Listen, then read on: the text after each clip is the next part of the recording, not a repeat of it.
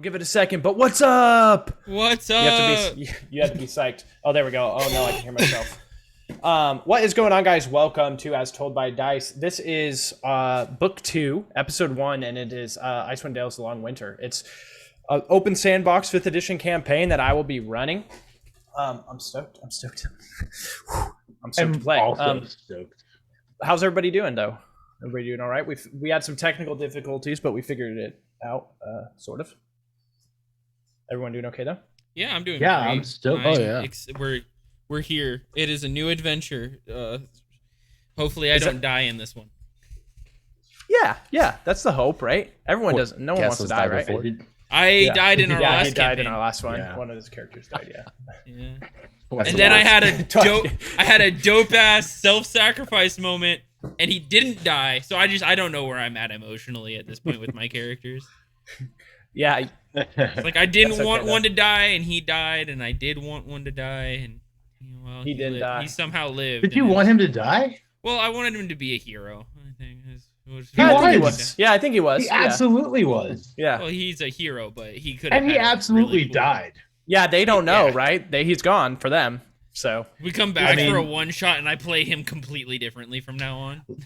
Dude, it's like the Mists of Ravenloft. Like, people die, and like the Dark Lords of, the Mists are just like, Psh, you think you get away that easy?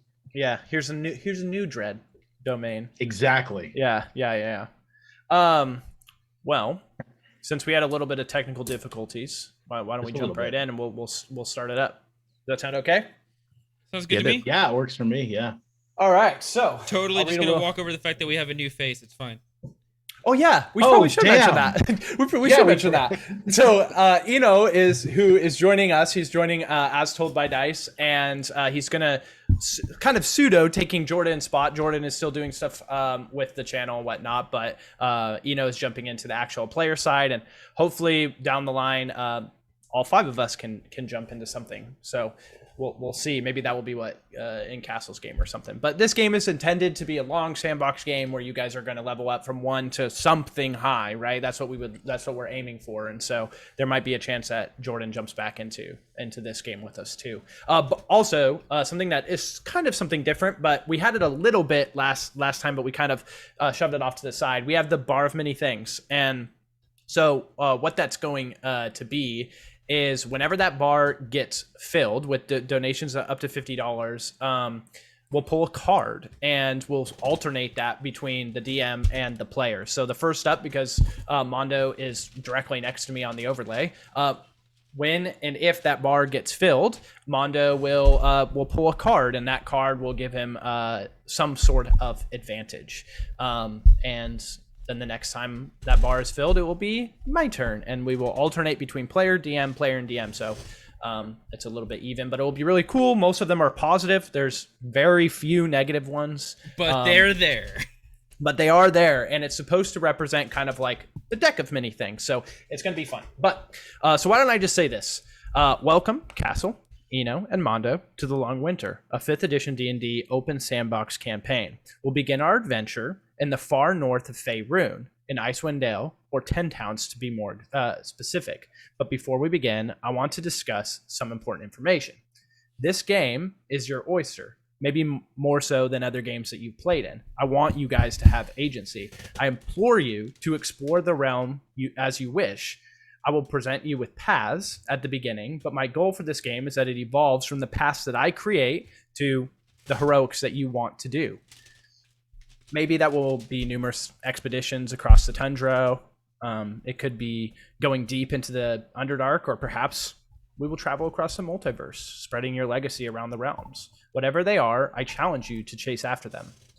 Now, as I've iterated above, this is a sandbox game, which means you will not always be the appropriate level for the encounters that you face. I promise I'm going to keep that within reason, but no, there will be challenges that you can't always beat with your weapons. You might have to figure it out with your wit, and sometimes that means running away. So don't always think I'm in a pickle, I can hack and slash my way out of this, because some things will be too strong for you. Or maybe not. I guess dice will tell the tale. The frozen wastes of the frigid north are no joke, and at any moment a snowstorm could cause a whiteout, leaving you completely lost. The weather is just a fraction of the adversity you'll face. Beasts of the wild and creatures of the dark hunt and haunt the world around you. Factions of the realms will not stand idly by. Relationships will be important. If you treat every NPC as a throwaway plot device, you will find yourself in disadvantageous positions. Remember, for every decision, every indecision, and every no decision, there will be a consequence. But where there is danger, there is also adventure, and coin, and items, and mysteries waiting to be solved. We are starting our adventure on the 21st of Kythorn, 1483 DR, the day after the summer solstice. Any questions for me? All I know is our DM basically just told us, like, hey, you know how every party ever, if you mess with the DM's plan, they just have to go with it? Bacon just basically gave himself a, you fuck with my plans, I am allowed to fuck with you now. Yeah, it's a warning, right? But also I don't know. I'm very excited. It's a test. I'm very excited to get this started. All right. Well, then, Mondo or any questions for me before we keep going? Oh. No? All right. Fat white snowflakes dance quietly as they sway to the rhythm and beat of the winds, gliding ever so slowly from the cloud that produced it to the white-stained land that it will live the rest of its life. All that can be seen when looking out of the cave mouth was a blanket of white as far as the eye could see. The air is cold throughout the cave, except for the 20-foot diameter ring that is warmed by the burning fire. Pulled up close, in a bedroll, is a large Goliath woman, half sleeping, half alert. Mondo, would you like to describe your character? Kinna is a big lady. She is a Goliath who's for a barbarian and a Goliath, because I mean, like, they handle the cold like really well. Mm-hmm. She is actually like she is dressed in pretty nice clothes for like a Goliath barbarian lady, as if maybe she spent some time abroad. Mm-hmm. Her primary weapon is a glaive, which she always has within arm's reach. And she's got nice tattoos like on her face and on her arms, indicative of something. Mm-hmm. You stir in your sleep as your mind phases in and out of consciousness and your general awareness. It isn't until you begin to hear the unmistakable crunch of snow under boot that the switch inside your brain flips from mostly alert to fully alert. What would you like to do? Snore. Say that again. Snore. You're gonna keep snoring? Yeah, I'm gonna let out a little snore, but I'm also going to just kind of like shift, like as if I am still sleeping, and I just kind of want to like do that thing where you're kind of like peeking out of your half closed eyes. Yeah. No one knows for sure. Mm-hmm. Gotcha. It's like this. Mm-hmm. Go ahead and roll like I guess I'll say a deception check. Just we'll see. Sure. Yeah. Or performance, I guess. You could choose whichever one you're better at. They're both about the same, but we're gonna go with, I think performance sounds more fun. Yeah. And I rolled it. It will come eventually, I'm sure. It will.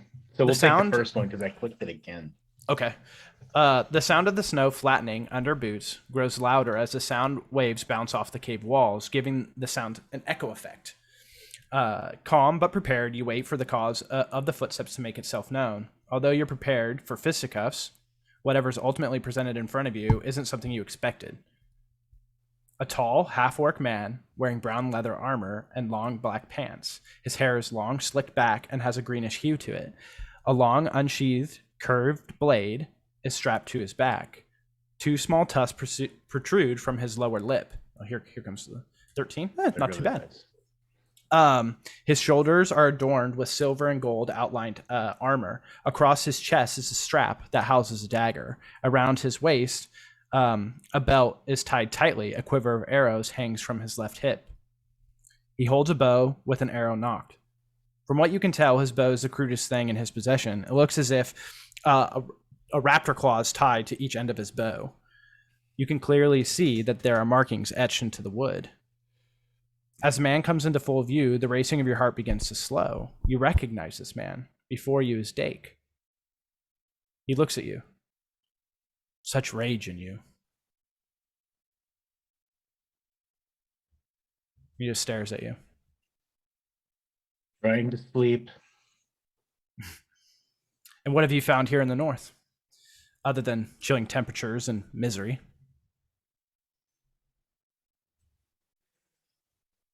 Lack of rest, apparently, and I'm going to sit up. Your fascination with your past will be your downfall. Searching for a clan that didn't search for you, but abandoning the people who actually want you. What do you want from me? What do you want from me? It's almost as if he's not even listening to what you're saying, because he just continues on, not even answering your question. He just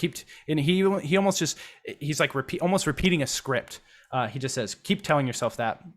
Has no idea, not even a recollection, doesn't make any sense of why he's saying this. The fact remains, you went north to your family, and you let me go south to my fate, to my end. So he definitely seems off.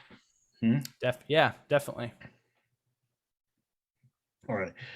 I'm going to stand up, and I'm going to I'm gonna just kind of like reach out to like grab his shoulder. Not like spooked, like, oh, is this a ghost? But just like, yeah, he's put a hand on his shoulder. He's probably about 15 feet away from you, like posted up on the mouth of the cave. He's just like kind of like right inside. So as you get up and maybe you look down for a second, and you go to grab, maybe you're just fixing your bedroll, grabbing your weapon, maybe pushing your supplies off to the side. You look up and he's no longer there. And the sound of the crunching boots starts again. Outside the cave? Outside the cave. All right, yeah. So I'm gonna grab my glaive and I'm just gonna like run to the mouth of the cave. Awesome. All right. Castle, will you go ahead and change it to the VTT? All right. So this is what you see as you move forward. You see a boned figure, basically a yellow and ivory mix of colors. It looks like the skeleton of maybe a creature you've faced before, maybe not. I'll let you decide. That's what it looks like for everybody. It's lumbering in, no real movements, or no real, like, you can't tell if he's thinking of anything. He almost looks feral or savage in a way. What would you like to do? All right, so I'm going to hold my glaive in a menacing kind of way. And back off, you. You don't want any of this. It finally, almost as if it didn't even recognize that you were inside, you can see his head tilt up. There are no eyes. It's just empty eye sockets. It's full on, complete skeleton of it looks like maybe a walking hyena. We'll go ahead. Or maybe you do want some of this. I would like absolutely just like.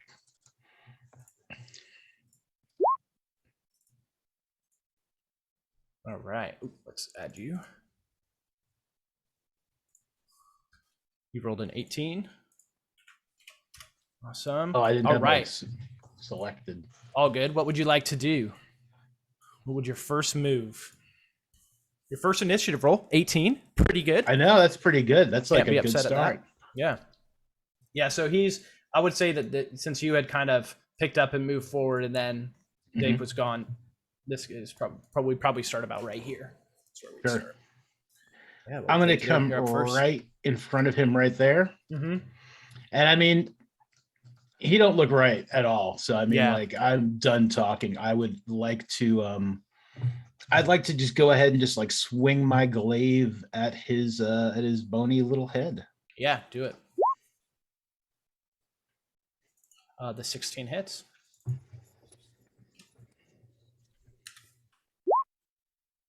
So did the 13 because it rolled that. Let's see. You might have just absolutely obliterated this guy.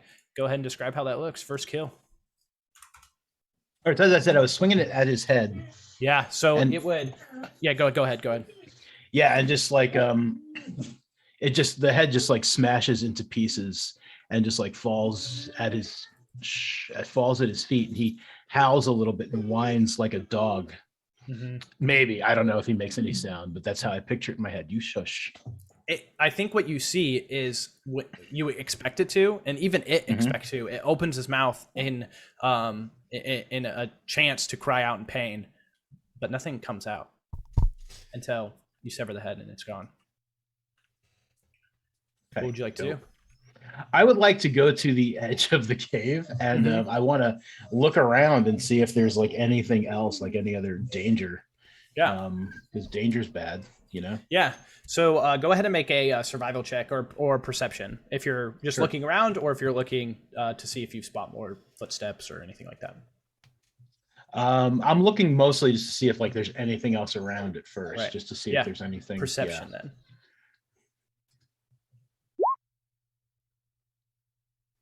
Yeah, you get a pretty good look. Now the snow is still falling. That is happening, and it's big fat flakes. Through that and through the trees, you think you're pretty clear. You look down at the snow and you just see the footsteps of this creature, and that's it. You can tell though that the powder is starting to accumulate pretty fast.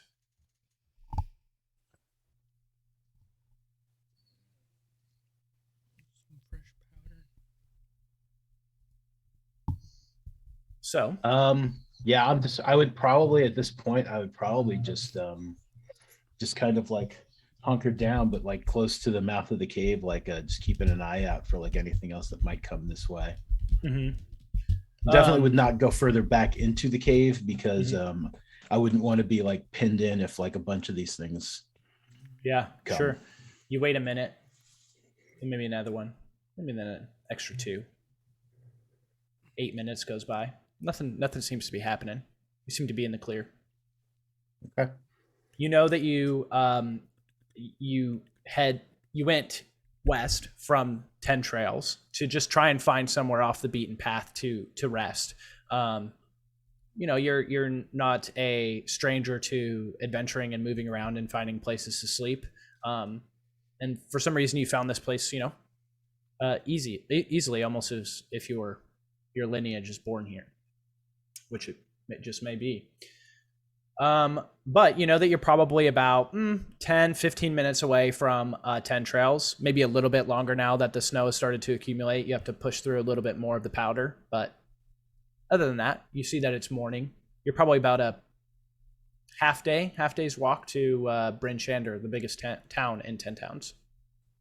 Okay, so I've had like a full night's like rest. Yeah, like, you're kind of waking up. Yeah, it was something that the sounds kind of the footsteps stirred you awake.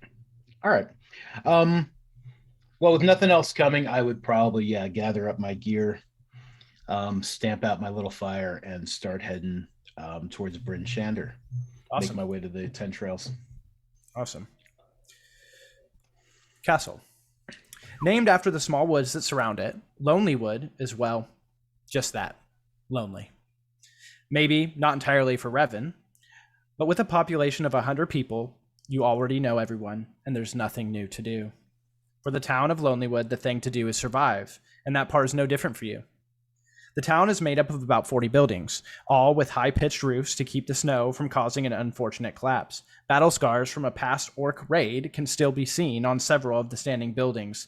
Tucked away in the forest at the north side of town is a medium-sized cottage that is weather-worn and beaten down. Behind the frost-covered windows is a warm yellow-orange light that dances behind the pane. Smoke billows from the top of the brick chimney. The sound of a dog barking can be heard from behind the house. When we first see Revan, he is chopping wood under an awning built off the left side of the cottage. A small fire pit has been dug out and is currently housing a good-sized fire, keeping you warm as you work. Castle, would you please describe Revan? So, I mean, I'm just cutting wood, right? Mm-hmm. Yeah. I feel like I would do my work in silence. do your work in silence. What is it? How tall is he? What does he look like? So Revan is sorry. I just ate some hot food. So Revan is sorry. Revan is very sorry. So Revan is about 6 foot tall. Mhm. He's got pretty short blonde hair, blue eyes. He's kind of like your average build for somebody who does a lot of like the manual labor for a living. Mm-hmm. He's fairly young, he's half elf. He's fairly young even for half elf. He's basically still like a toddler to them. He's about 21 at this point. Mm-hmm. Physically he looks grown enough to most humans and such, but if you got him in a conversation with an elf, they would treat him like a child pretty quickly. Gotcha.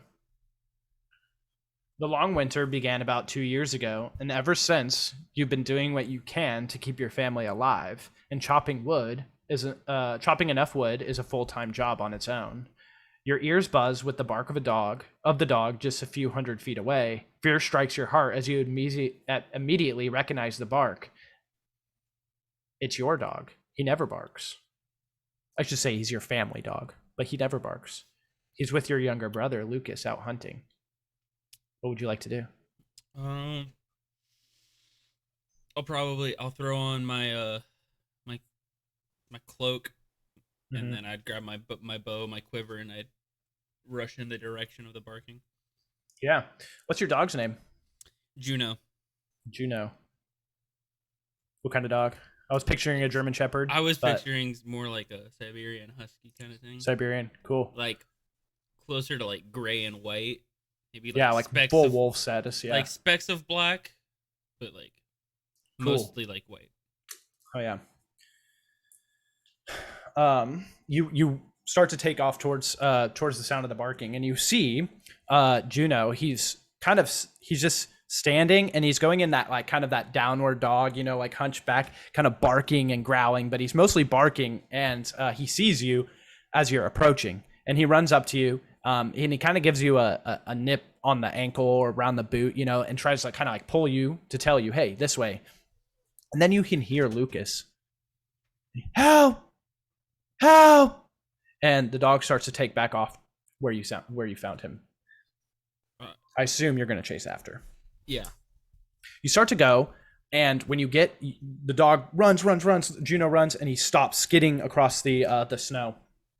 The snow from Mondo that I described there hasn't yet reached Lonelywood. It's a pretty clear day right now. You can see the clouds off in the horizon, though.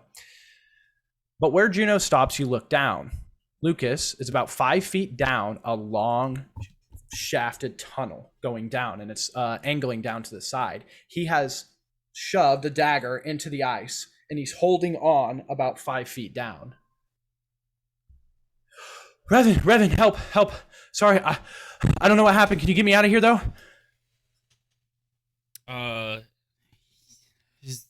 Do I see any of his supplies anywhere? A bag with rope for like dragging a animal?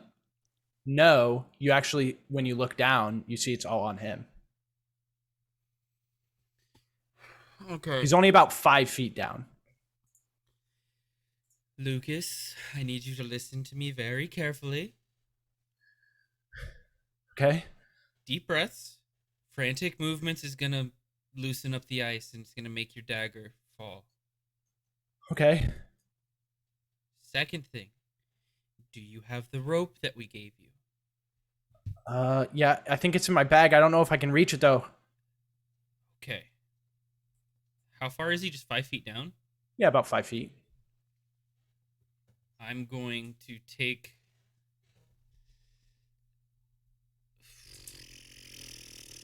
I'm going to take my longbow. Mm-hmm.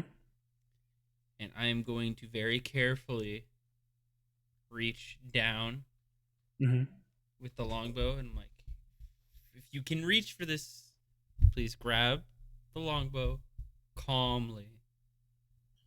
Okay. And it comes down, and he's still trying to hold on to the dagger. You can kind of see his arm shaking now from fatigue, and he grabs onto the bow of your short bow.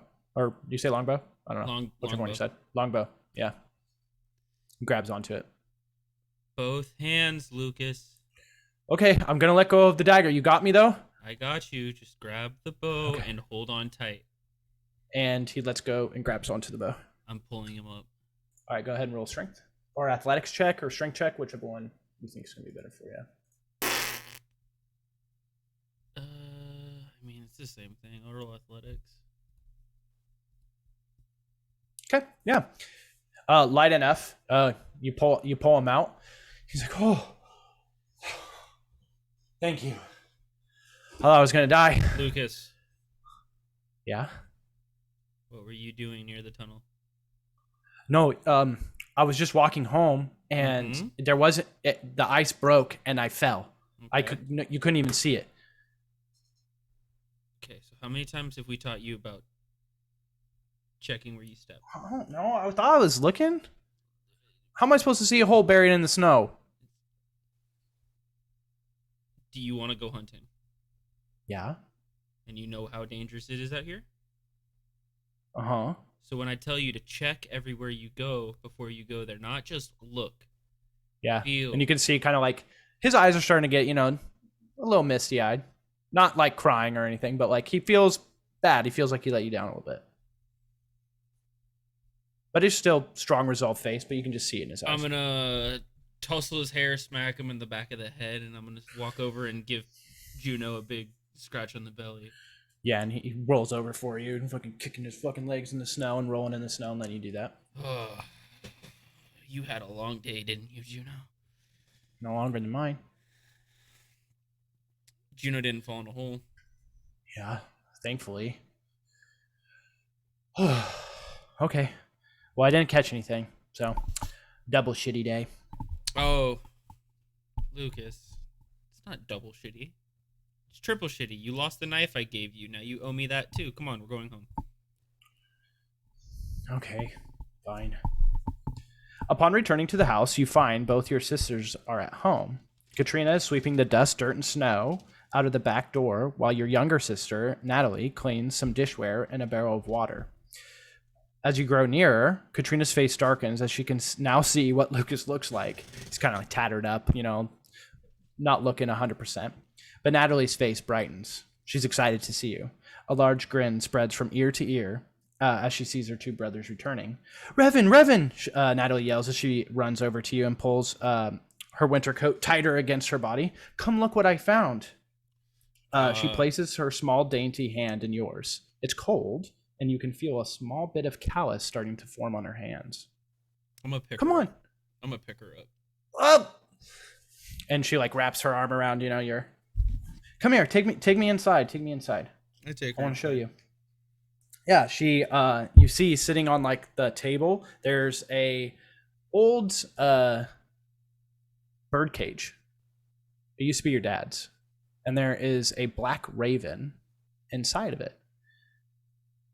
It's like, look what I found. He was flying around, and I just went and grabbed Dad's bird cage, put it outside, and he flew right in. Isn't that cool? That is pretty cool. What'd I you think name so. him? I haven't named him yet. I was waiting for you. Oh, he's so cute. Yeah, I'm gonna look at Katrina, and I'm gonna have like a solemn look on my face, and like, and what exactly do you plan on feeding him? I don't know whatever I eat, I guess. Just share a little bit. A knock comes at your front door. It isn't odd to get visitors at this time of day. However, it is odd to get visitors. I will put my sister down and tussle her hair, and I will go and answer the door. Okay, you open the door, and looking before you is a halfling woman. In her hands is a tin box. Her hair's curly. If you're into halflings, she's attractive. She looks to you and she says, "Oh, I made some cookies for you. Would you like some?"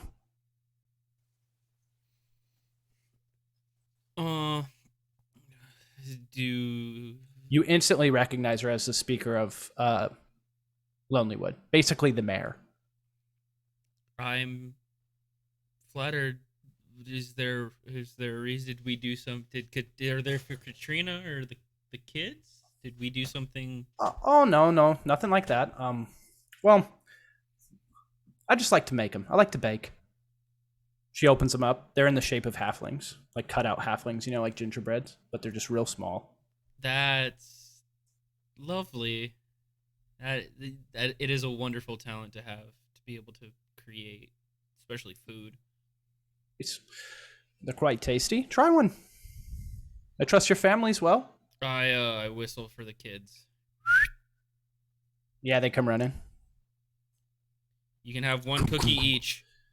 And yeah, they're excited. Like Natalie's like, "Oh, thank you, Revan." And she is like real careful to just take one. Lucas says thank you politely. Katrina's still working in the back. I'll grab one cookie for me and one cookie for Katrina. Okay. And she goes, "Well, I hate to ask this of you." And her voice trails off. You can tell the conversation's kind of making her slightly uncomfortable. I need someone to travel to Bryn Shander and speak with Devusa Shane. She's the speaker of Bryn Shander as well. She sent somebody, his name's Grady, with an axe beak, and I can't really deny the speaker of Bryn Shander's request, as she's the speaker of, or she's the leader of the council of speakers. Also, I don't know if you knew this, but I used to ask your dad to do things like this for me. He would do them often, and I thought maybe now that you're a little bit older, you would help me out. I hand the cookies, both the cookies in my hand, to Lucas, and I'm like, whisper to him, like, make sure Katrina gets one. And then I usher both of them away from the door, and I walk outside and close the door behind me. I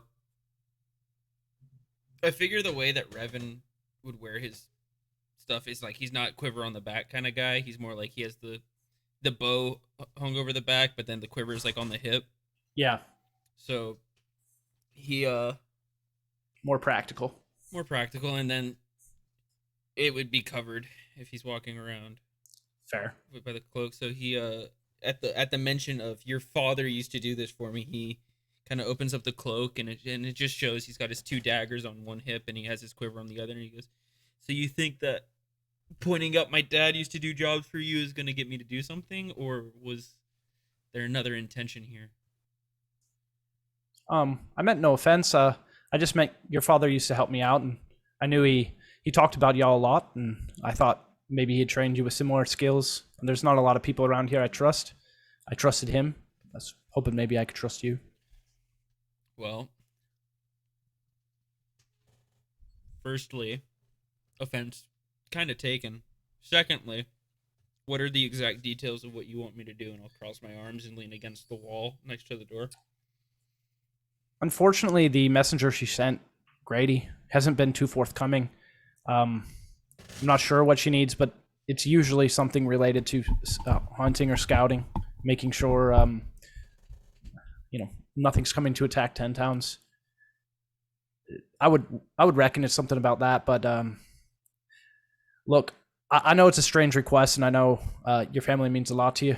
So if you would be willing to help me, I think I can at least help mitigate that issue. And she hands you two stones. There's like faces on them. They're my sending stones. If you give one to your family and you keep one, you can speak to them whenever you'd like. Make sure that they're okay.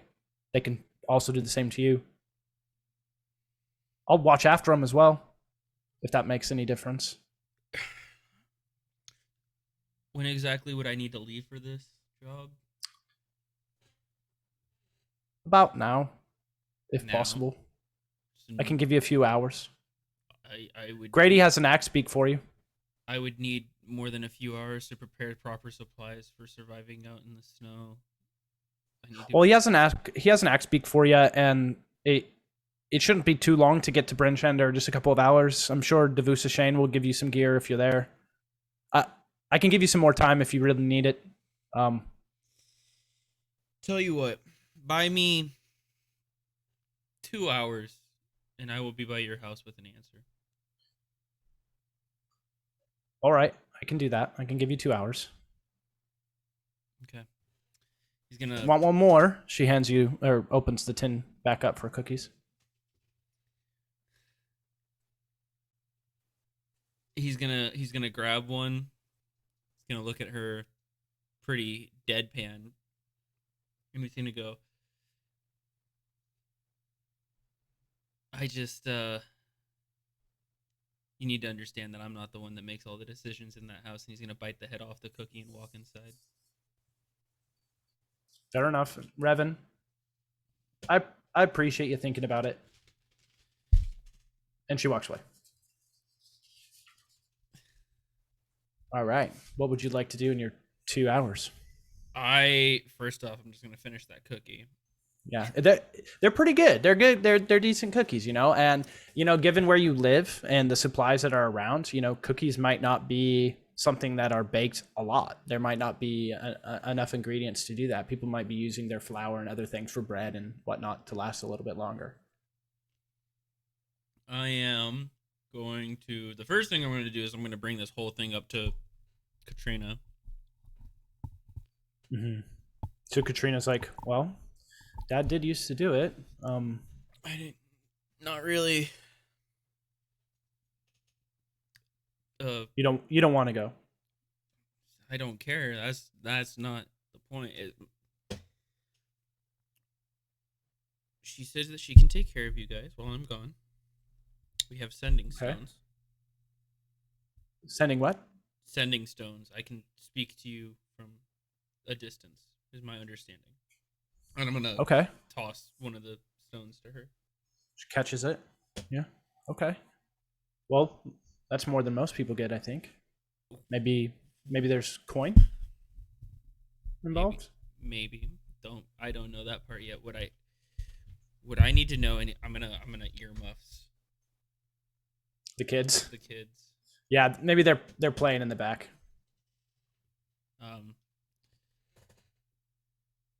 Can you last for however long without me?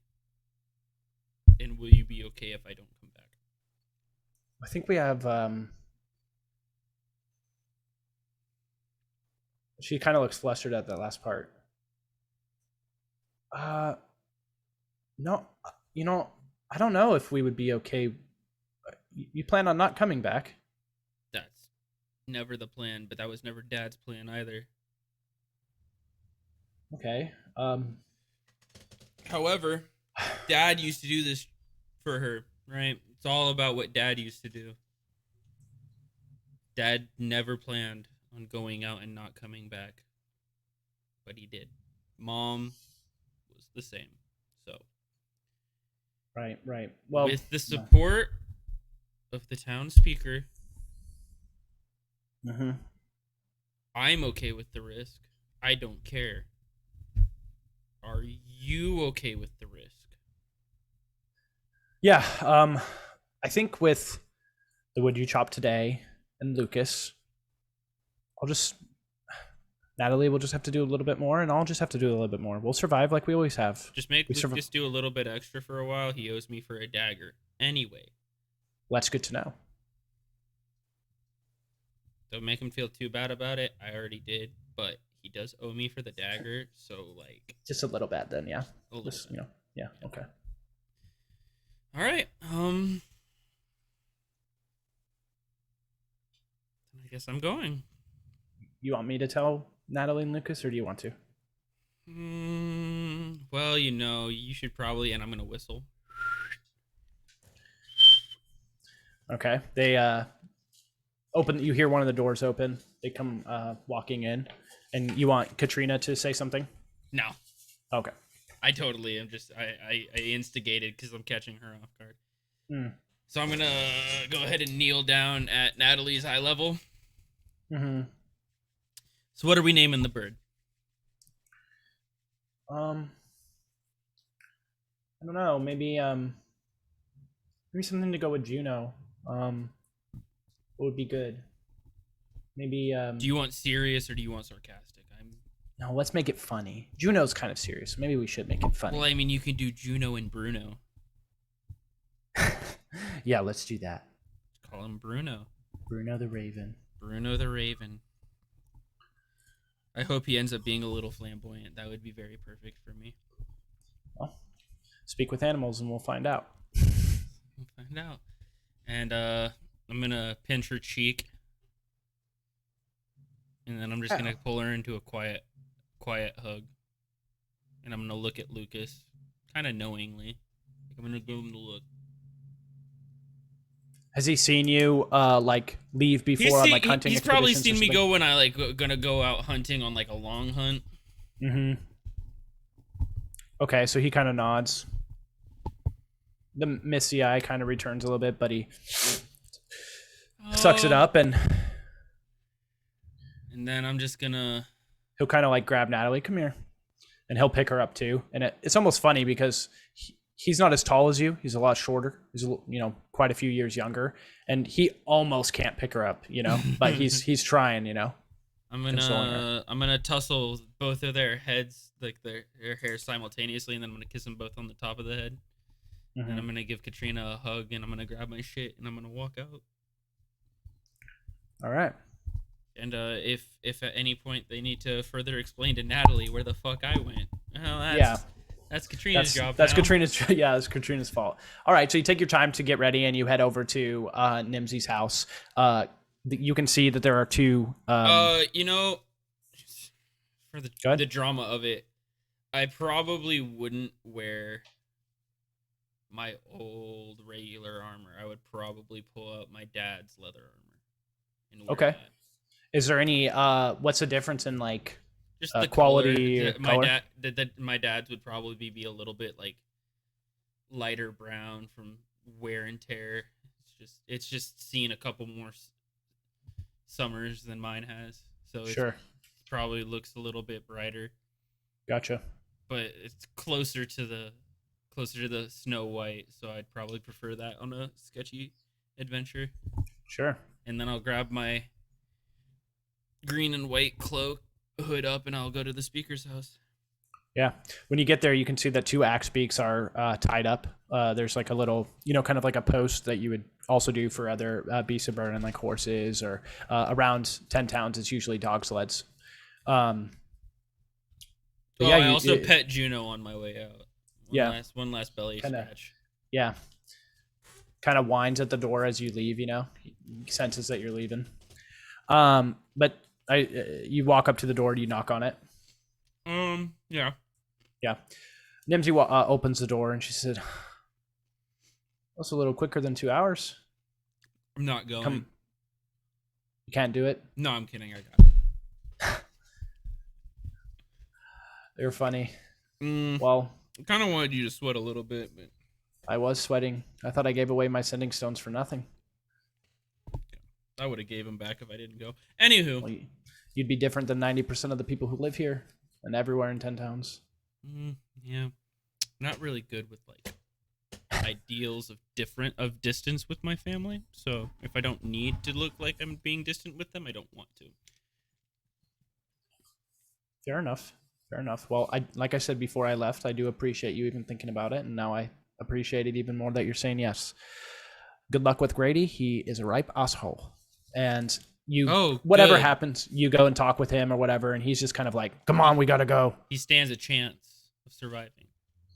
And he assumes you've been on an axe beak before. Yep. Doesn't really tell you how to do anything, and you guys make off towards Bryn Shander. For those of you who are unaware or don't know whatnot, I will show you real quickly the map of overall Icewind Dale so that you guys can get a look at the full map. So, Castle, Revan, is from Lonelywood, right up here. And so he's got to go on an axe beak down through Tourmaline, down to Targos, and then into Bryn Shander. That's going to take you a couple hours, but axe beaks are pretty fast. You stop in each town just to like rest real quick, give your axe beaks a rest, and you continue on. Mateo. Beneath you, the wagon wheels turn in the snow. Your body lay in the corner of a stranger's wagon.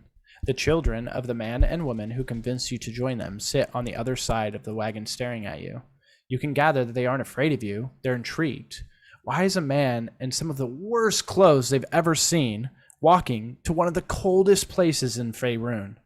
Strangely enough, even though you see them and you're sure you could hear them if they chose to speak, you're unsure of just how real they are. Something about life recently has felt intangible, which is also weird because it's almost the most real it's felt. It's a weird conundrum you're in. The cart you're in best resembles that of an Oregon Trail wagon. It's about 20 feet long and 10 feet wide and covered with a large white canvas that is pulled tight to the sides, preventing much of the cold wind from finding its way in. Stacked around you are crates and barrels filled with supplies. Eventually, the melodic nature of the cart bouncing helps you drift back to sleep. Let me know if you can hear this. It's on roll 20. Can you hear the ticking? I think Mondo can hear it. Castle can. I can hear it. I want to make sure you can.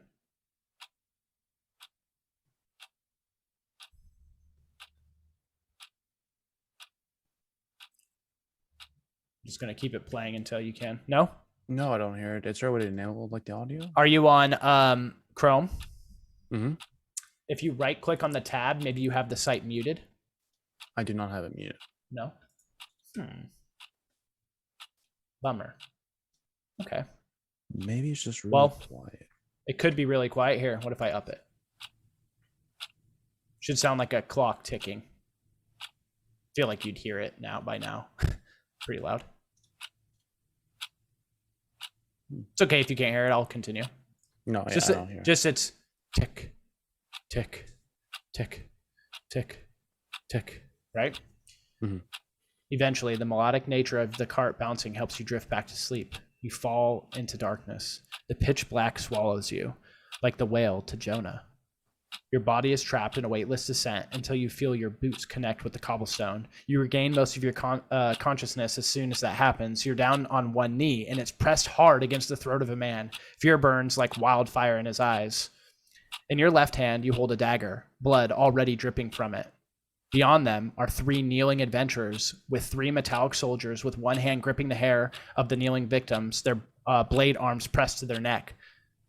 Below you, the sound of gurgling blood can be heard. In front of you, the pleading for his life through tears from his friends reaches out to you, but nothing finds purchase in your brain.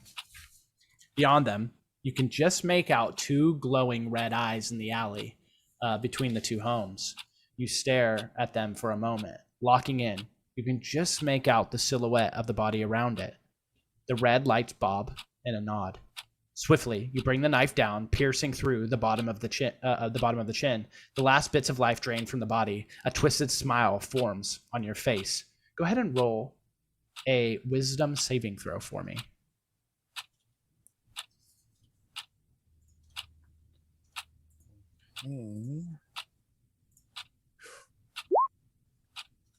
All right.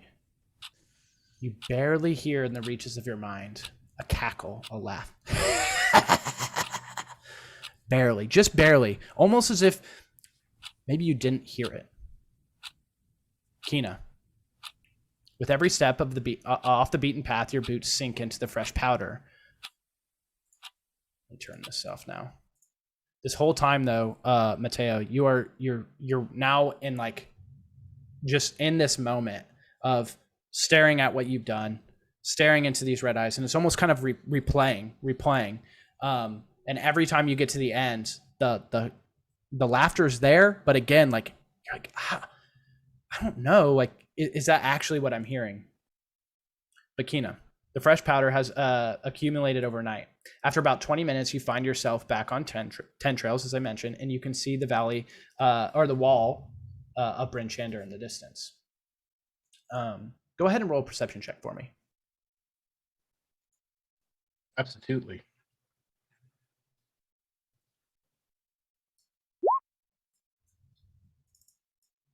Eventually it'll come through. Let me know if it Got comes through. Oh, there we 14. go. Yeah, Cool. I got 14. Gotcha.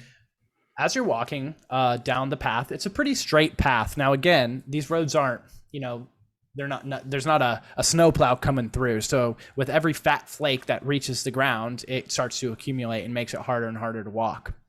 You don't see any other footprints. It's still fresh powder, but you know that you're on the trail because it's a little bit sunken down compared to the sides where the rest of the snow has been accumulating. You start to hear the sounds of struggle, of pain, maybe. Just to the right of the road, just off there, you can kind of hear it. If you look a little bit more, you can see a body press up against a tree, and it's spasming, almost in a state of seizure. Okay, I'm gonna run over there carefully with my glaive out. As you run over, you would see the withering body of Mateo. He's just moving around violently. Okay. On his back. Yeah, almost, let's see how it looks like a bad dream, but right. if he was really fighting against whatever he's fighting in this dream.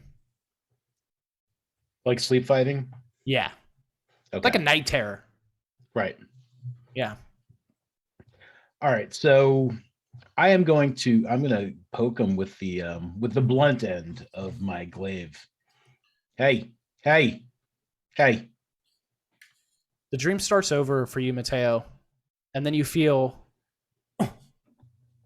you're getting hit in the back, the small of the back, and then the third time hits you, and you close your eyes to feel the pain, and when you open them, above you is this large Goliath. You can see her, tattoos on the face, the tree above you. You can see the snow still falling down. You're kind of unsure how you got here. What do you want to do? Well, practically would gasp and just take a few steps back. Am I back leaning against a tree, you said? Right? Yeah.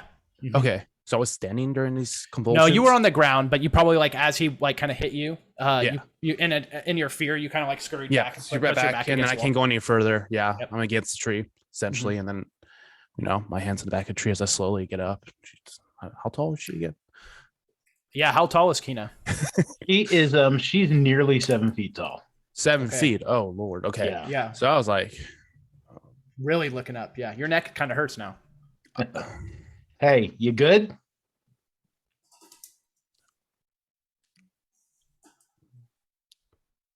I was trying to process what's going on. I stare at this massive woman. I'm just this is not a great place to sleep. Where am I? He looks around I'm just you're leaning against a tree, not too far from Bryn Shander, just off the 10 trail.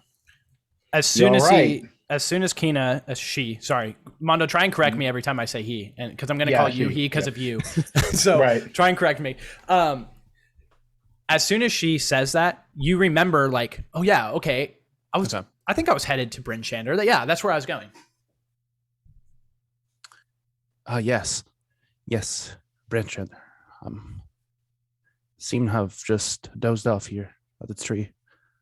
Terrible place to doze off. You all right now? Yeah, of course. I'm fine. As you're getting a better look of this man in front of you, he's in just like I mentioned before, just the worst clothes that you've seen. You're just okay, if someone's going to make their way to 10 towns, especially with the news that, winter has kind of stayed around longer than it typically does, why the fuck would you be in capris and ripped up shirt? He doesn't even have a cloak. His shoes may even have holes in them. Am I cold? No, you're not cold. How far away is Bryn Shander from where we are now? Said I can kind of see the wall, so it's it's about a couple miles, maybe 2-3 more miles. All right, look, I'm maybe heading to maybe Bryn two, Shander. maybe two because of the snow. So yeah, given how far you would see it, yeah, about 2 miles. I'm heading to Bryn Shander. You probably shouldn't be sleeping out here, and you probably shouldn't be out here dressed like that. So if you'd like, I can keep you company on the way there.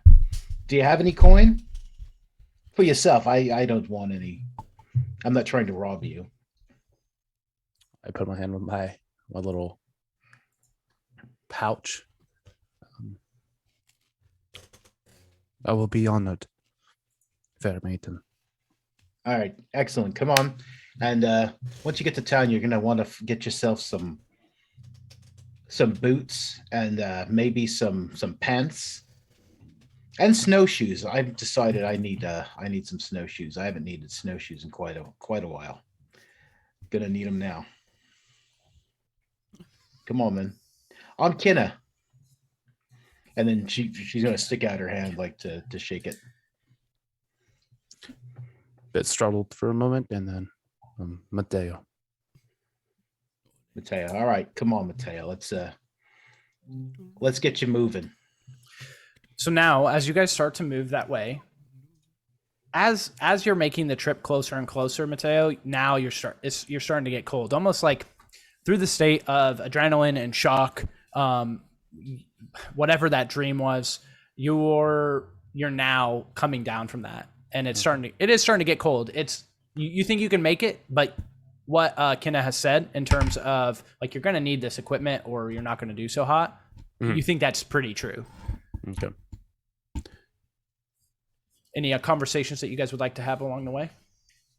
Do I notice that he's starting to look cold? Yeah, I'm on like, hands, And the underneath the armpits, armpits. and just like shoulders propped up, trying to like cover my ears as best as I can as I'm walking. What sort of equipment do you have? Like, do you have like a backpack, like a bedroll or anything like that? Or are you just kind of like... No. Okay. Oh no, All actually right, no. so- I take that back. I do have a bedroll. I'm mistaken.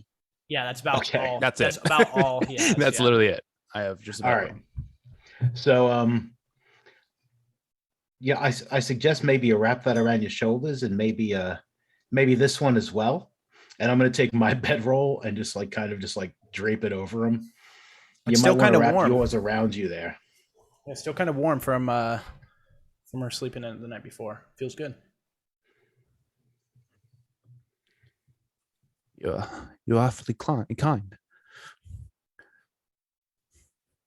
That's the way you got to be here in the Dale. It's like you can't just let people freeze to death. You're having some sort of strange nightmares there, but back at the tree there, huh? Kind of like sleep fighting.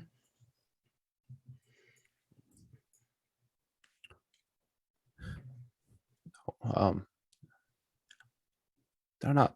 No, not at all. Okay. Like I'm attempting to not remember what I've seen in my own. Sure. Do you think So- Do you think that that's obvious to Kinna, or do you think like you want to roll for it? Like I'm trying to be deceptive Kinna. right now. Oh, sorry. Yeah, like do you think that you're actually I was.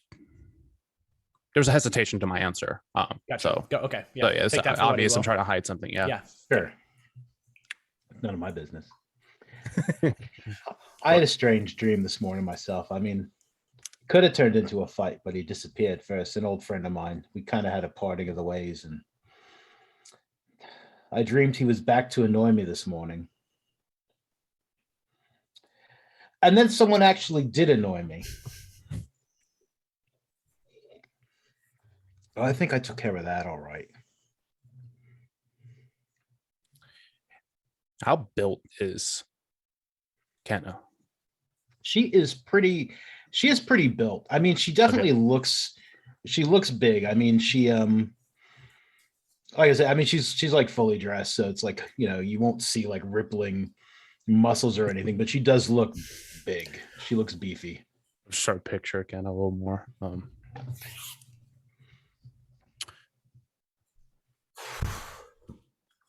Your friend and lover? Oh, I can show you a picture. My friend, what now? Was he your lover? No, no, no, not him. No, just a friend. Strange to have dreams about friends. Like I said, we kind of had a parting of ways, and I mean, I dream about friends kind of often. I've got a bunch of friends. Every so often, I dream of them. It's not always Kinna. someone I want to hit. Sometimes it's someone I want to hang out with. You never dream of your friends. I look down for a bit, and I'll look back up like Kinna. Never. Maybe a good spot to close the conversation, at least for right now. Although each of your approaches to Bryn Shander is slightly different, you all arrive generally around the same time. Bryn Shander is the largest town in 10 towns. It houses a population of 1,200 residents and is one of 2 towns that has an outer wall. The road from Lonelywood winds down to Tourmaline, then to Targos, and then finally into Bryn Shander. Revan. Grady takes you through these towns with little to no stopping for a little bit, to give the Axe Beaks a rest, but other than that, he's pretty on the dot. When you finally arrive outside the walls of Bryn Shander, Grady leads you to the south along the wall to the southern gate, instead of taking you to the typical north gate, which from the looks of it is closed. Kinna, and Mateo both arrive at the southern gate together. To your left, you spot 2 people riding those Axe Beaks. To the players, that's Grady and Revan. To you, just 2 people on Axe Beaks. 2 guards with spears in hand push past a small group forming around the south gate, which is currently closed, and a small commotion has started. Behind the guards is a woman in blue garb, with gold embroidery around the edges. She has a white piece of fur tied around her neck. She spots Grady. She goes, "Grady, it's nice to see you again." He hops off of the Axe Beak. Where is? She looks around. Is this Mr. Hollowsong? And he's like, "Yeah, it's him. He's come to help." This is him. Devusa nods to Grady and then looks to you. She goes, "Revan, it's nice to make your acquaintance. I heard about your father. I'm sorry to hear. It's been some time since I've had the pleasure of speaking with anyone from your families. Are they doing well?"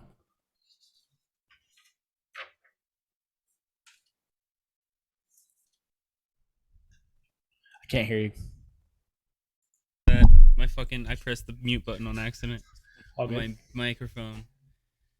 So I will make it a point to stay on the Axe Beak and look down at them for a second. Mm-hmm. My family's okay. It's good to hear. Well, if you would follow me this way, and then she kind of like looks around and she sees Kinna standing there, kind of amongst the crowd. She's not unfamiliar with Goliaths, but they don't usually come into 10 towns. Maybe sometimes, but very rarely. And then she sees kind of the state that Mateo's in next to her. She goes, she whispers something to Grady. "Well, if you'd follow me this way, we can discuss why I called you down. I'm sure you're wondering, but let's do it out of the cold." And then we'll cut to scene, and it will go to Grady, and he's walking up. And Grady is he's wearing like leather armor. He has like a black cloak on, dressed kind of warm. And a long sword on his side. He walks up to you, Kinna, and he says, "Are you looking for work?" Sort of work. Maybe I am. I think first, though, looking for boots and maybe some decent winter clothing for my friend here. I saw that. I think we can help him out, but we'll have to talk to Miss Shane. She'll help you out. If you follow me, are you looking for work? He looks at you, Mateo, and he's like, "Judging by the look of you, you need some coin, and this pays well." "So you looking for work?" "All right, follow me." he leads you. Devusa is having the talk with Revan, and she sees that Grady has kind of gotten your acceptance to at least follow along. And she says, "Okay, well, now that we're all here, let's go."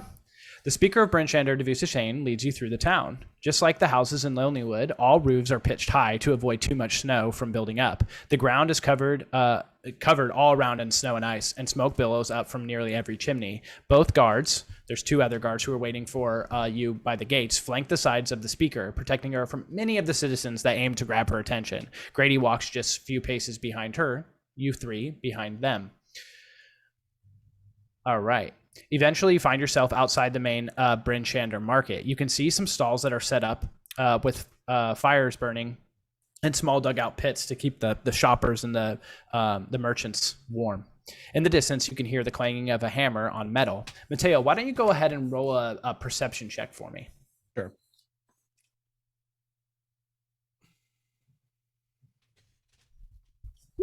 There we go.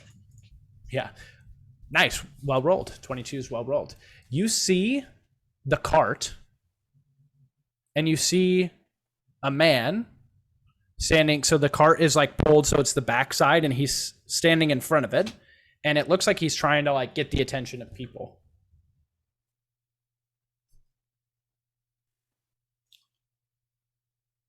All right.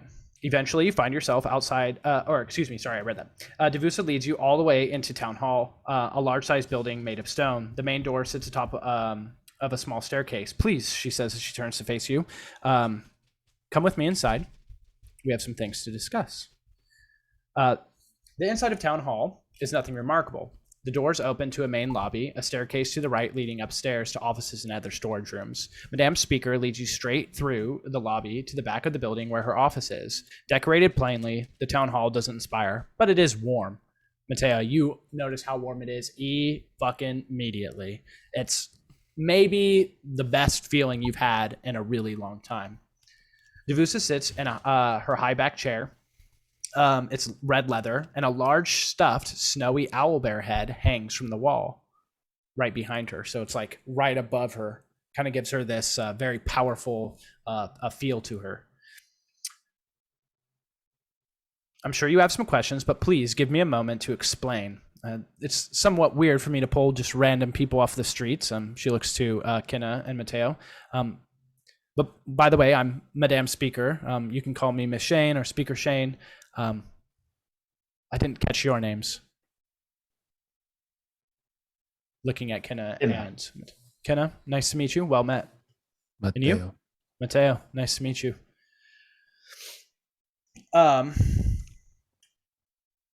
I'm also not just the Speaker of Brinchander here. I'm also the head of the Council of Speakers. It is my pleasure to meet both of you, and finally see you again, Revan. I've asked each of you here for the same purpose, yet for different reasons. Each of you, however, looked up to the task. To put it plainly and not pander, I need your help. A local hunting party has just made me aware of a small band of orcs who are camped just outside of town. In our experience, orcs don't camp outside of Brinchander to appreciate it from afar. No, the orcs we know are cunning and plan attacks thoroughly. I'm prepared to pay each of you 30 gold pieces to hunt down these orcs and kill them. You may take any gear or items that you find around their camp. All I ask is that if they have any documentations, scribblings on parchment of maps or battle plans or any of that, you bring that to me immediately. As for proof, I require the heads of those slain. Our hunter saw, they said 3, though 3 seems maybe too small, but it's not uncommon for orcs to travel in that size. They said that they saw them huddled around a fire, but they couldn't see anymore, didn't find out anymore. They came back and reported. As she finishes her speech, she bends down and opens a drawer on her desk, pulling out a bottle of whiskey and 4 glasses. Would anyone like a drink? It's an aged whiskey that's brewed somewhere in Icewind Dale. Apparently, a group of dwarves broke off from their tribe and went out on their own, settled in the mountains, and dedicated their lives to brewing ale and the like. Clan Warbrew. They've named, and so seems appropriate. And she spins the bottle around, and you see an insignia on the bottle that is a barrel of ale with a spear through the sides, like part of the ale is leaking where the spear punctures it. Anyone? I will. Pours Kinna, pours Mateo one. Revan, would you like a drink? She pours herself one. Too bad. She puts it away. It's quite nice, actually. Smooth, but strong. She takes a big, like, sip of it and lets the, go ahead. Yeah. I was gonna say, as they're all mid sip, I'm just gonna like scratch my face and be like, 3 sounds like a scouting party. That's a fair point. What if they're not up to no good? What if they're just camping? Sure. Points That's totally possible. Fair argument. That's a fair argument. I'd hate to behead 3 orcs and bring them back to you, and they're just out. You are a Goliath, and are you from the Dale? Originally, it's been a while. Well, But I also completely understand how sometimes the way you appear, people like to treat you a little differently. So that's fair. I've had my fair share as a woman, but I have to tell you that the orcs around this area have never been kind, have never tried to come and trade with 10 towns. They've only come seeking to destroy it, burning our villages, and we constantly have to rebuild. Just recently, and she gives a side eye to Revan, maybe not too recently, but orcs attacked Lonelywood, killing several. It's not in our best interest to allow such creatures to continue to stalk the outsides of our city. Now, in saying that, if you would like to try to converse with them, convince them to move on, and have there be no bloodshed, then fine, that's fine. I'll pay you the pieces, and that will be that. But I doubt that will be the case. that's not the case, and that's not the case, absolutely. But, in case they came up from Luskin or something just to sightsee, I just really hate to go killing people all willy-nilly. That's that will be up to you and how you decide to play your engagement. I would just like them away from Bryn Shander. What about you two? Does that sound okay? My first sip was actually a whole gulp, by the way. You drank the whole thing? Just She immediately at the beginning. she looks at you and kind of tilts the bottle back. I lift my Yeah, glass. she'll fill it back up, give you like a 2-finger shot, She looks to Revan. Are you interested? I left my family to do a job, So a job you will do. Sure. Looks to Mateo. You've seen better days. I'm gonna look at the big Goliath girl in the room because she's kind of intimidating. Like, no offense if you're cool with orcs or anything, but like, Yeah, I mean, I don't think I really described my character, but I mean, Yeah, I'm go ahead. Yeah, rocking a whole raggedy beard, long hair. I haven't looked like I've showered in a long bit. I look bad, like dirty, and yeah, smelly too. Rancid. Ripe. Nice. Right. Well, roll him in some snow. I can talk to the guards, and I think I can at least get you, looking at Mateo, I can get you some better clothes, some boots with no holes, maybe a weapon of some sort. Do you have a water preference? on him? Preferably something of anti. I pour water on him now. He'll freeze outside. Oh, don't send him outside till he's dry. Well, a wet, stinky man is not going to sit in my office, and damn near not going to sit in town hall. I take a big gulp again. Yeah, she probably follows suit. Well, like I said, if you talk to Grady, Mateo, he'll see that you're fitted with at least some better clothes and maybe a weapon. You can tell him what you'd like, and I'm sure we can make that work. You'll have to return it when you get back, but by that time you'll have some gold and you can purchase your own stuff. If you need a loan, you can talk to me as well about that, but maybe at a different time. Bow my head. Many thanks. Perfect. So, proof is the heads of the orcs, and if you can convince me that you convince them that to go off, then fine. But I need to know that they're no longer a threat to Bryn Shander. Now, don't mean to be rude, but I do have a meeting coming up. Can I help you out with anything else? Do you have any Snowshoes. questions? Snowshoes? If you head just north of the town hall, there's a trading hall there. They should be able to supply you with those. Excellent. Perfect. Grady comes in and says, "All right, come with me. Come with me." He points to you. And he's like, "Okay, let me grab you some gear. Do you have a preference? Longbow, short bow, long sword, short sword? What do you need?" That's about what you got. Those are your choices, really. I think he's talking to you. Are you mute? Yeah, he looks at Mateo. Can you talk? I had no idea you were talking about. I'm just staring at the weapons right now. Do you have a preference? I pick up the dagger. Okay. Is there a dagger, right? You said dagger. Yeah, you can have that, but you might want maybe a longer blade. Can you shoot? This is enough. He looks to Revan and Kinna and is like, "All right, well, here." I'm hands giving you- Mateo a look like that is the coolest thing I've heard all day. He hands you a black cloak. There's maybe one or two holes that have since been patched with a navy blue cloth.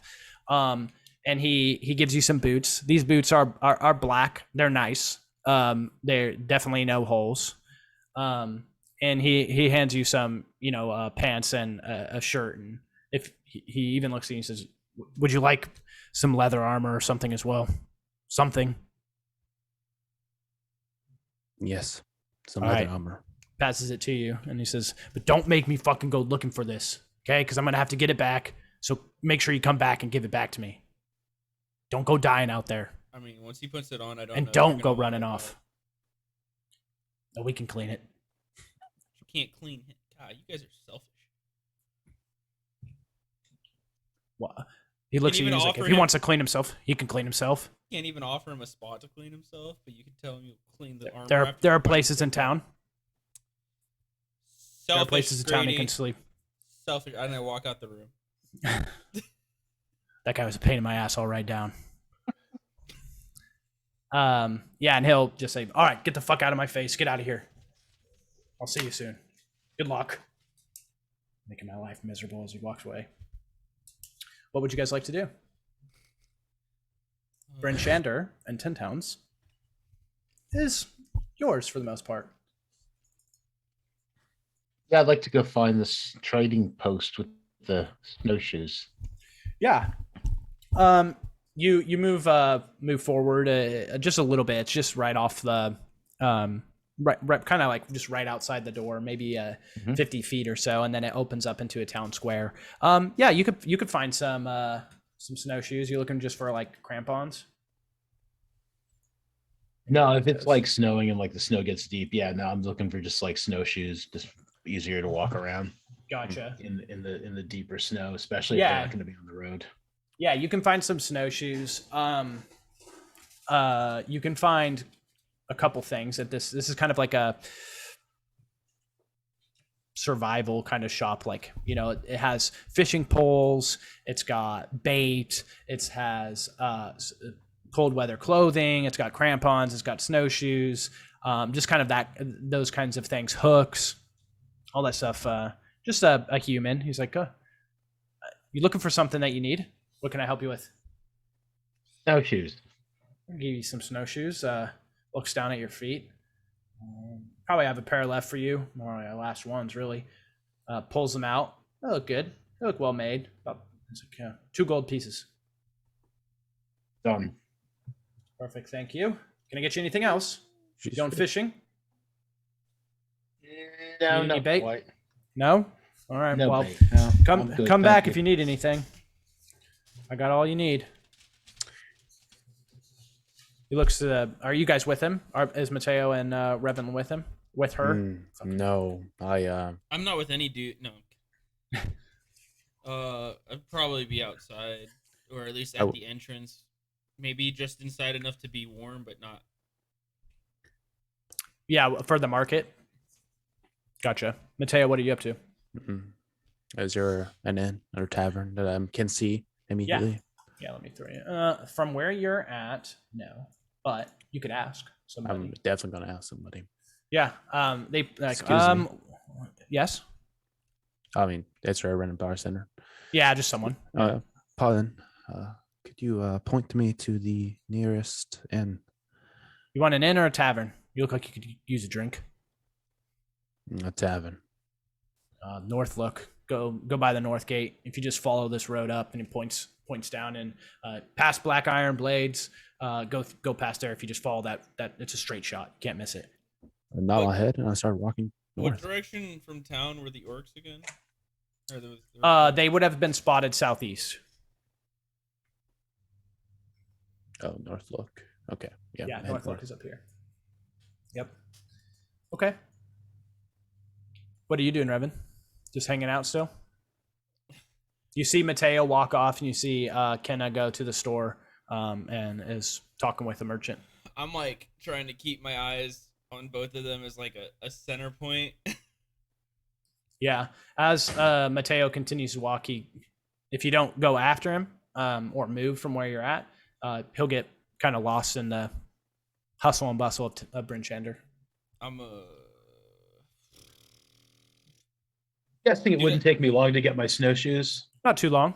not, Probably as you Okay, turn yeah. around, you see him. I was gonna say, like, if I lose sight of Mateo, I can still see the person who talked to Mateo, right? Yeah. The bystander, yeah.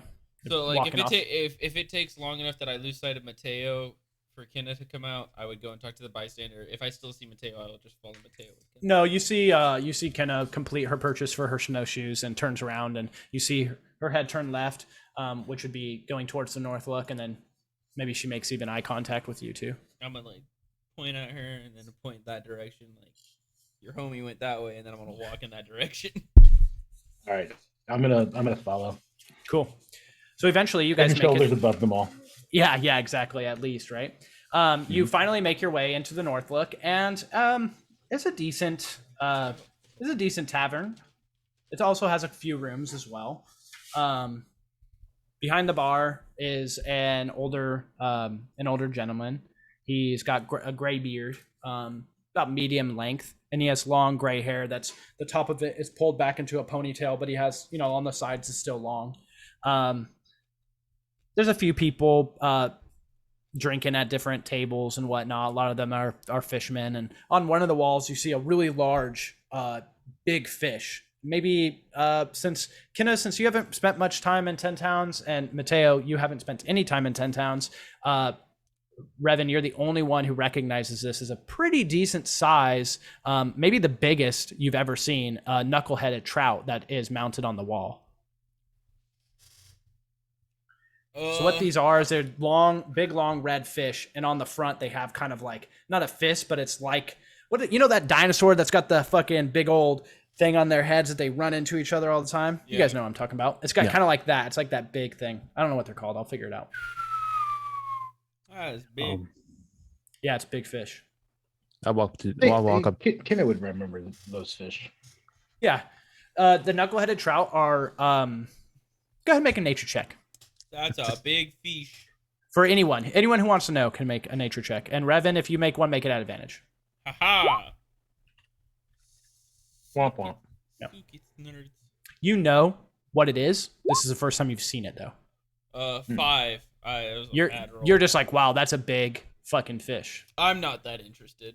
Yeah, not interested at all. Well, what do you guys want to do as you guys walk in? I walk towards the ponytailed man. Yeah, Scrimsax. That's his name. He's like, what can I do for you? A bath. A bath? Well, you're going to have to get a room. Hey, How much is the room? How long you staying? Long enough for a bath. So a night?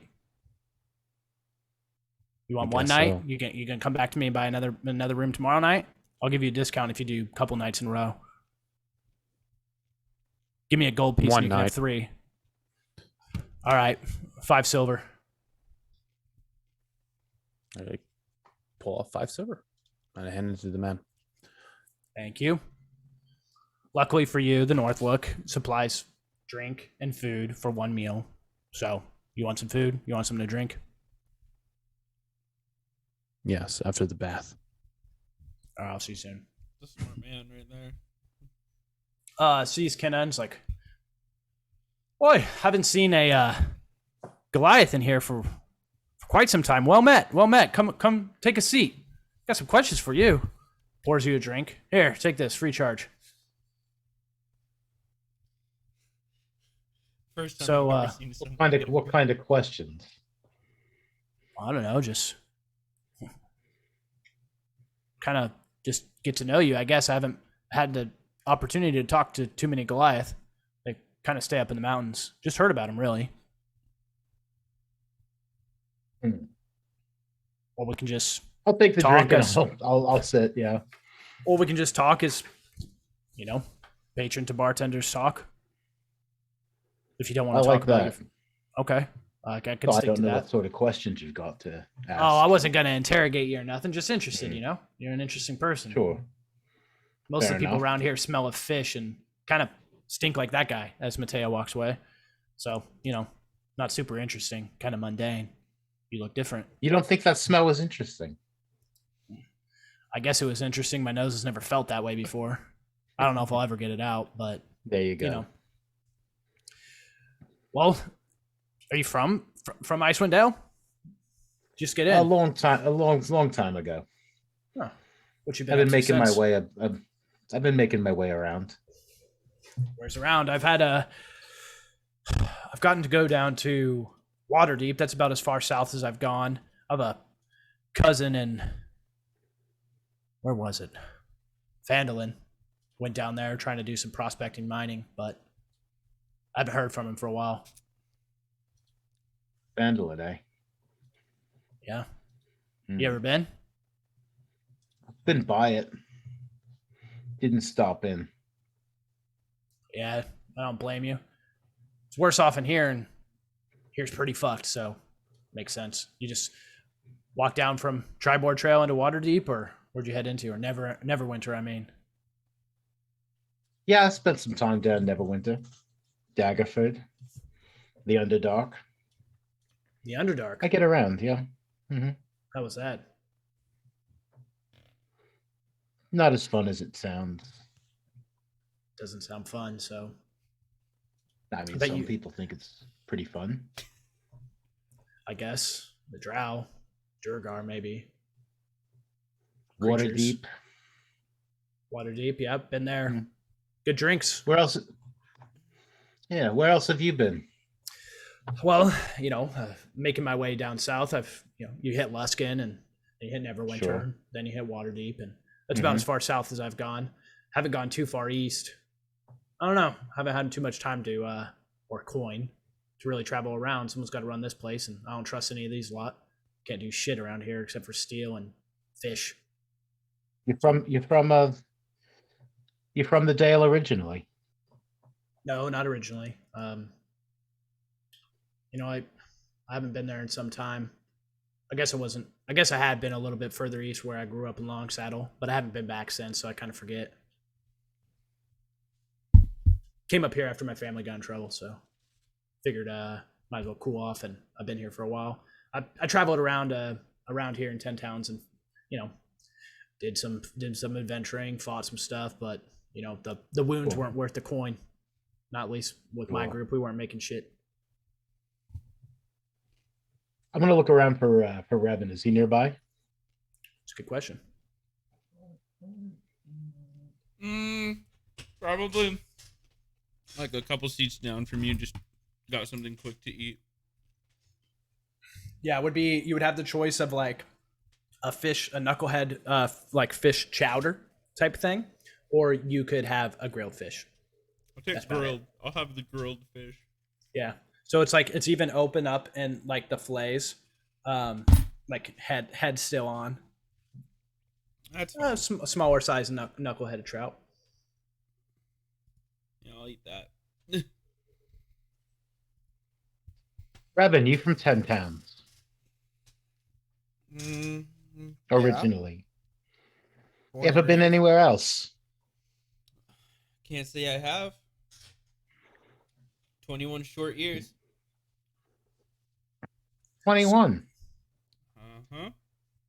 You look good. You look young. He looks at you inquisitively, like Pulls- almost like he thinks he knows who you are. Pulls, And then I he pull does my the same. hood back a little bit, show the half elf ears, and put my hood back on. You look familiar. Have you been around here? No, not since I was little. What town do you claim? Lonelywood. Nimsy's nice up there. She bakes me a cookie. She does. I had one of those earlier today. Count me jealous. No, unfortunately, the hollow song that made his way down here more often was my father. So That's why. Kind of look like him. yeah, let's not say that. Not fully, but as a son does. As a son does. Looks like you're News. kind of like him too. A new sun rises, so let's not do the whole comparing thing. Fair enough. Didn't get along with your old man then? You could say that.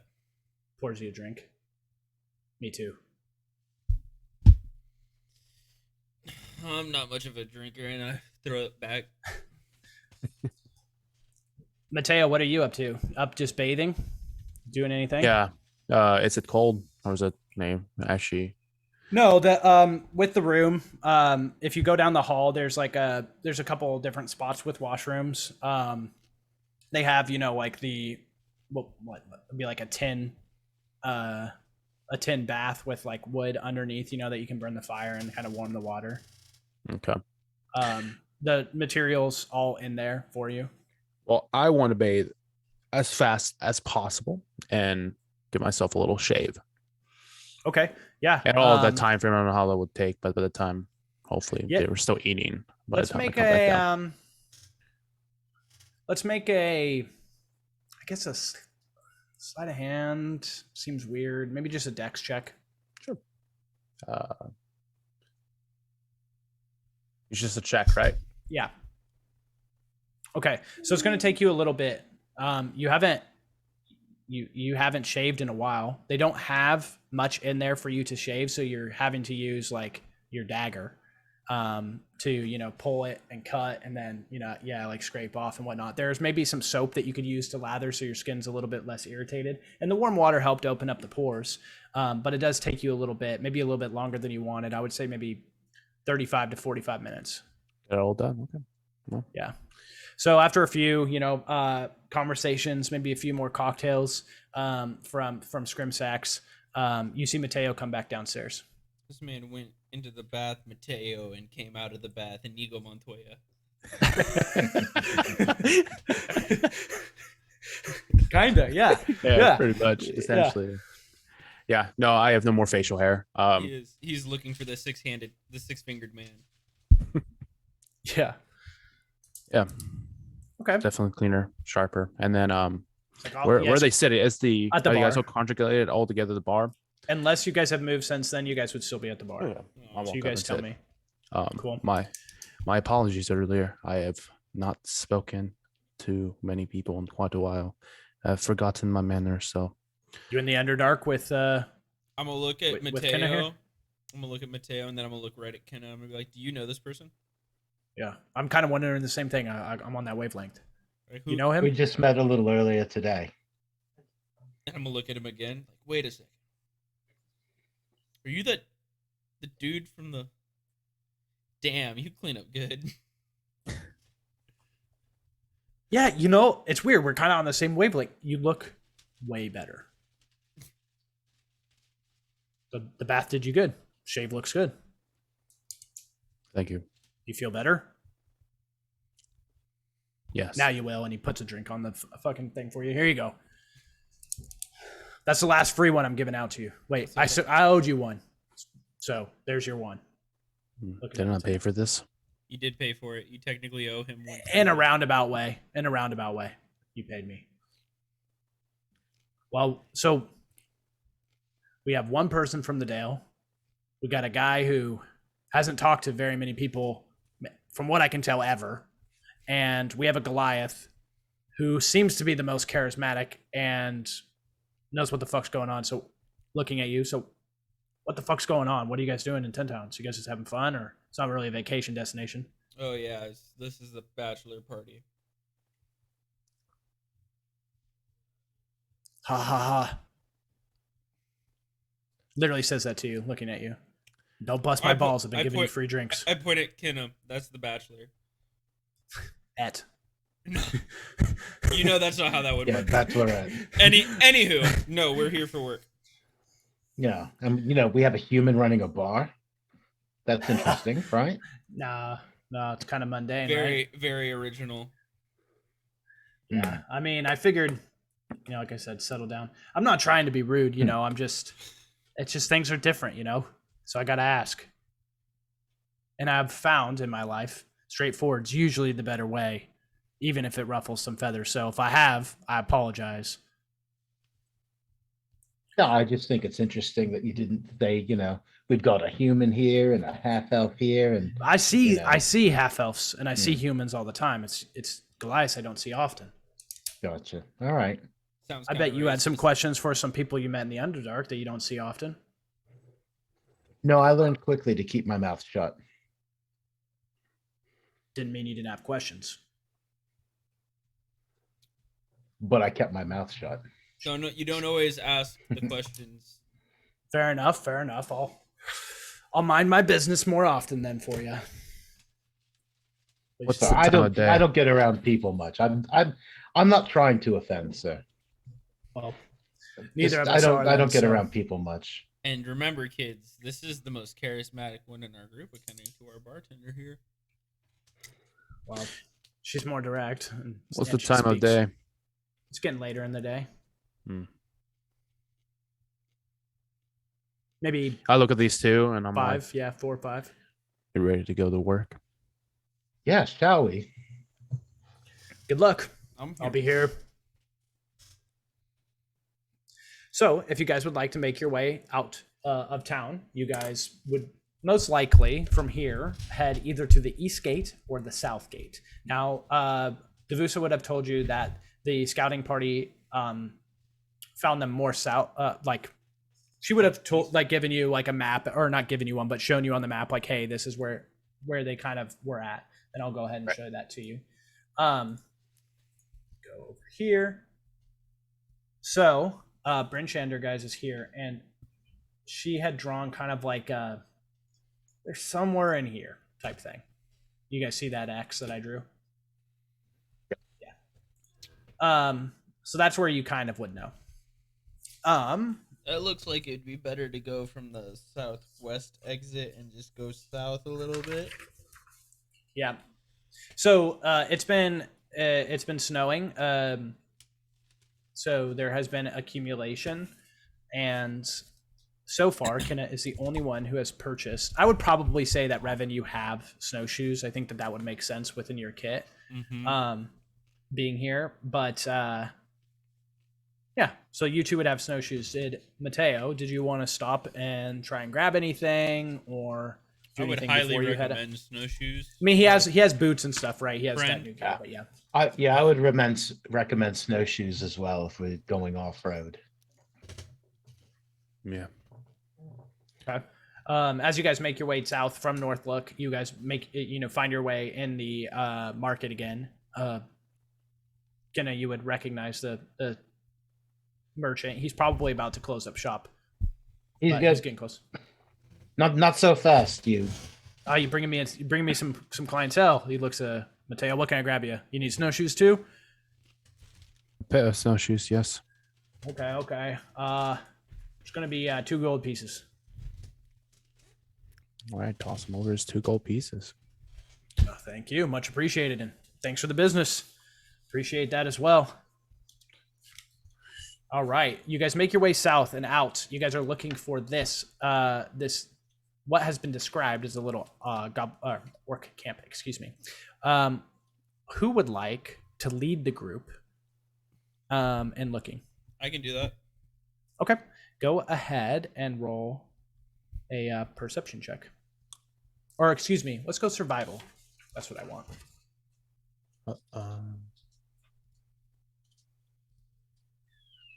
12. Nice. All right.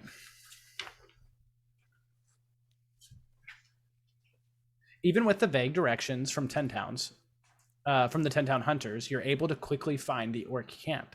Making a tactical decision, the orcs have built their crude camp at the bottom of a hill out of view. You peer over the edge and see 3 animal hide tents and a campfire set in the middle. A skewered rabbit is roasting on the fire, but no orcs right now can be seen. What would you guys like to do? I'll go ahead and take you guys over to the map.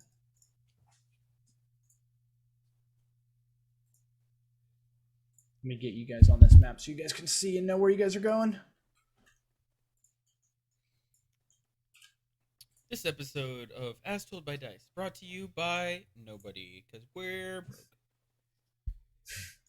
So you guys would...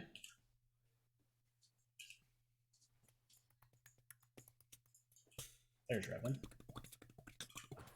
You guys would be somewhere like right about here. Shall I zoom in for you folks so that you can actually see what's happening? Oh, shoot, we're really that close. Okay. Yeah, so they gave you some good notes and about where, Revan being here, a resident of 10 towns and Kind of my being thing. a hunter. This is his thing, exactly. And he was able to, he was like, oh, I think I kind of know where this is. And in the summer, this might be like because this is a downward slope from where you guys are at, right? So it's slowly descending down. And so this was probably like when this runs off and the snow goes, this is probably a little lake that they will swim in and whatnot, a little watering hole. But right now, filled with snow and ice. And then, sorry, these guys, I have these guys here as placeholders. For some reason, my game had this thing where it was doing both the move and pan view at the same time. Oh, that's rough. Oh, so we can't see them right now. They're in their No, tents. sorry. Yeah, I had them as like Okay. placeholders just so I had their tokens. But do I see the fire? good. You see the fire pit, and then you Cool. see those kind of like animal hide tents right there. So I'm gonna symbol like sign to them like, Mm. and I want to, and I'm gonna go like signal like dead ahead of us, and I want to sneak around to this left path here. Go ahead. I put my hand up to tell him to wait. I want to get behind this tree is really all I want right now. No. All right. I'm going to follow you behind the tree for a second. I'm going to be like, hey, you good with that? The bow, Gesturing towards your bow, yeah. pretty decent. And then I'm gonna show my 2 daggers. I'm like, if not that, these. All right. I'd like to go talk with these folks first. That's Just make sure that that's, they're not just traveling this way. I'd really hate to just kill some people just because they happen to be orcs. I wasn't planning on like kicking it off. I just wanted to be somewhere where if things kicked off, I wouldn't be hit right away. Right. And I'd like you to be someplace where if things kick off, I've got you watching my back. So you want me to go watch from the ridge? Oh, that's fine. Yeah. Absolutely. And I'm going to kind of like take some snow and rub it onto my cloak, and then I'm going to do my sneaky sneak thing up to the top of this ridge up to maybe like right here or here, whichever one gives me the best cover with the tree, but I can still see. Okay, go ahead and roll stealth. I think I can maybe do that. Are we able to see the height of those ledge that the tents are against? That'd be a 17. So like right here. Yeah, all that. How high So is that? about as around it. It probably varies in height from spot to spot, but it's between 8 and like 12 feet. Okay. Yeah. Hmm. With Wow. this one being like, you could probably easily climb on, and then you could climb up to that one, and then climb up to that one, right? Did I ever tell you guys how much I love having a high deck stat? 17 is a good roll. All right, Mateo and Kinna, what do you guys want to do? Mateo, you want to come with me, see if these folks are home? Yes. All right. So I'm going to approach. And when I get to about here, unless like something happens before I get there, I'd like to just be like, hello, good evening. You hear some like kind of grumbles What the? Mhm. And yeah, this orc kind of comes out and he's like,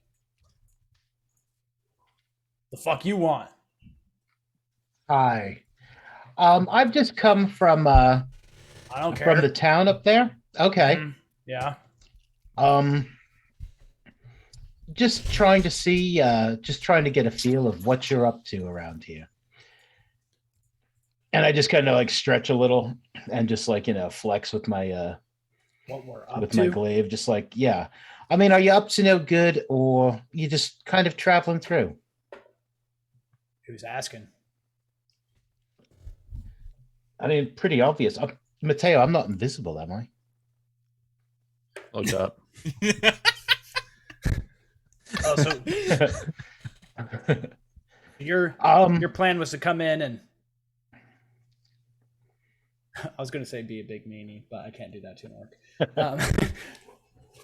You're just going to come in and tell me what to do. You're just going to ask questions and I'm supposed to tell you.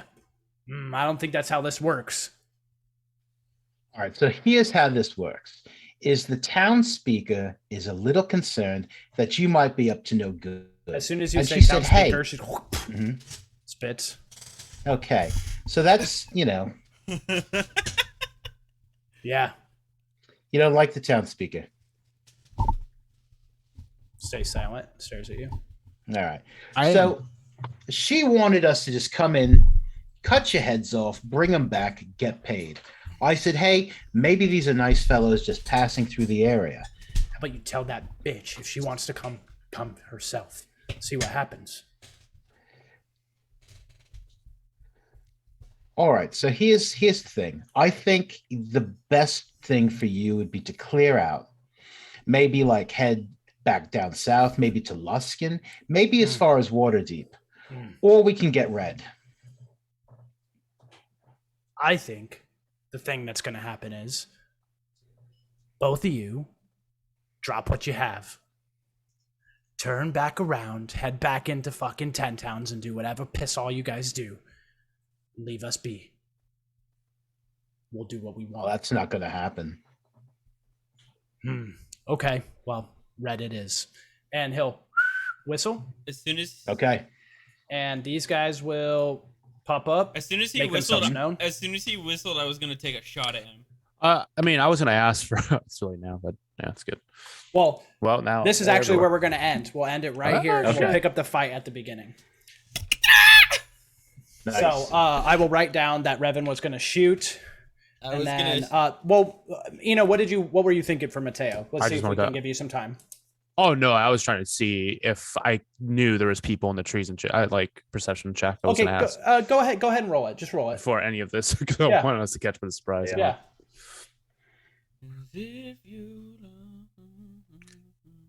Just a perception check for me. Looking for You it. wouldn't have noticed them. Okay. Yeah. Is that a goblin or I can't remember what that thing's called. Yeah, it's a goblin. That is a goblin, yeah. Fight starts at beginning. Okay, awesome. That was so much fun. That was awesome. That was so good. Awesome. I'm so excited. I'm gonna have to rewatch it and take notes on what I made Scrimsacks into. So, but he is a retired adventurer. But unfortunately, because of how jank my setup is, we're not gonna have an outro music and everything like normal. It's just gonna go. It's gonna go wha-bam, done. That's okay. What a fun time that was. So thanks to whoever who is sticking around and hanging out. If you guys haven't followed the stream yet, please do. It was so much fun having you for the first time. So thank you guys for having me. That was good. It was Inigo Montoya. A little bit more of a railroaded session than what is typically going to be the case moving forward. Would like the party to know that Revan is not a dick. It's just like the one time you saw him be cool and friendly was with his family and everyone else was dicks around him, so he had to be a dick in return. Fair enough. Grady's a piece of shit, dude, but I'm all about reciprocating the energy you give. I'm sure me and Kinna will get along great by the end of We'll see. Kinna's very friendly. Yeah, I think it's 10 towns. They don't have manners. I feel like me and the Goliath are gonna have a at least most of them by the end of this fight. And it's like Kinna's been so many places where people are just like, oh, look at you. It's like, yeah, she's just like, oh, Yeah, I would like to fuckers. think that Kinna is similar in the sense where she gets recognized for being a Goliath, where Revan gets recognized for being his father's son, right? Like a similar, not the same, but similar. In that stance of frustration, and annoyance. annoying. And Mateo doesn't know what the fuck's happening. He was like, I got a bath. Yeah, he's like, I Ooh, got a the bath. I'm motto. about to get paid 30 G's, so we'll be okay. That's all I need. Yeah. He'd be like, well, awesome. I'm outta she's a here. Goliath. Revan is his father's son, and you can smell Mateo. Like, Yeah, you can smell Awfully Mateo nice. coming. Yeah, he smells good. It smells like lavender or something nice. I don't know. some But vanilla. thank you guys so much for hanging out and watching. I know I said that, but I really do appreciate it, and I know all of us do. And yeah, we'll be back next Tuesday for next stream. Yeah. It'll be fun. And Take Bacon, care, thanks guys. for running this. Yeah, Hey, yeah. there I had we so much go. fun. Bacon is a It was good. DM. Yeah. All right, guys. right. Well, have a good one. All right, see you guys later.